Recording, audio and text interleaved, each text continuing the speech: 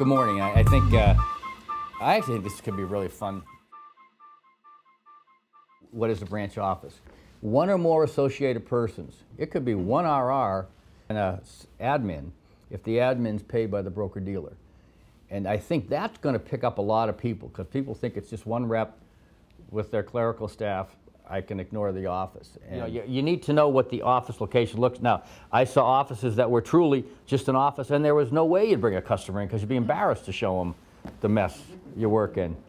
Where a member regularly conducts, and that gets back to temporary offices, seasonal offices, which we'll talk a little bit about.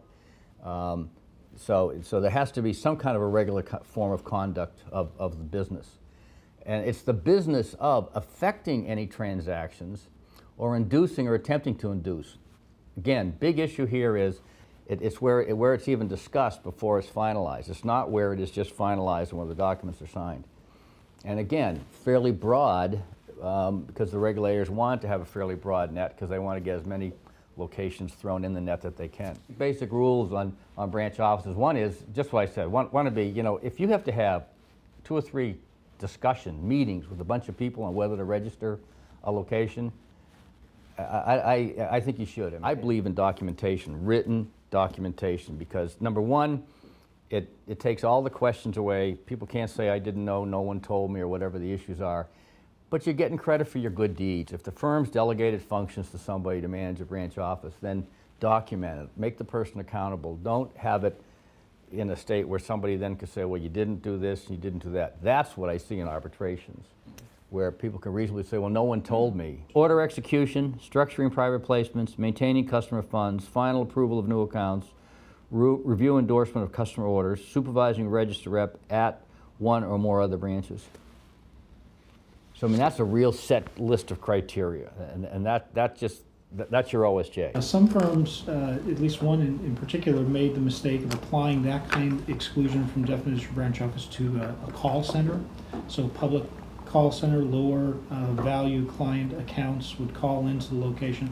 It's really not a back office function if there's sales activities occurring there, either establishing new accounts, changing account registrations, processing even unsolicited transactions. All of those things would not be viewed as that back office functions. You have a state regulator that's going to come in, and you don't want to get into a tinker's to ever's to chance, well, it's not this person, it's that person, because the state's not going to accept that.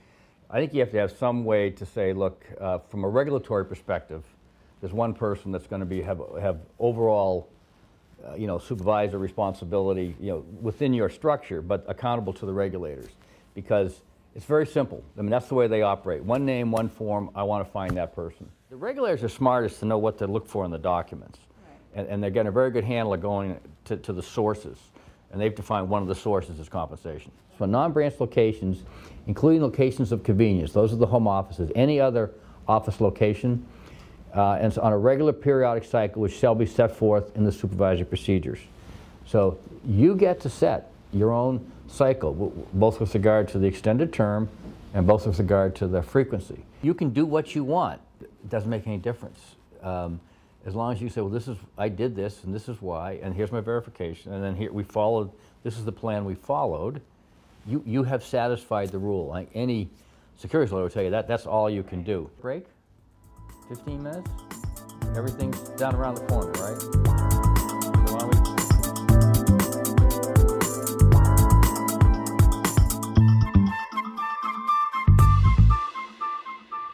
Ooh, I like that.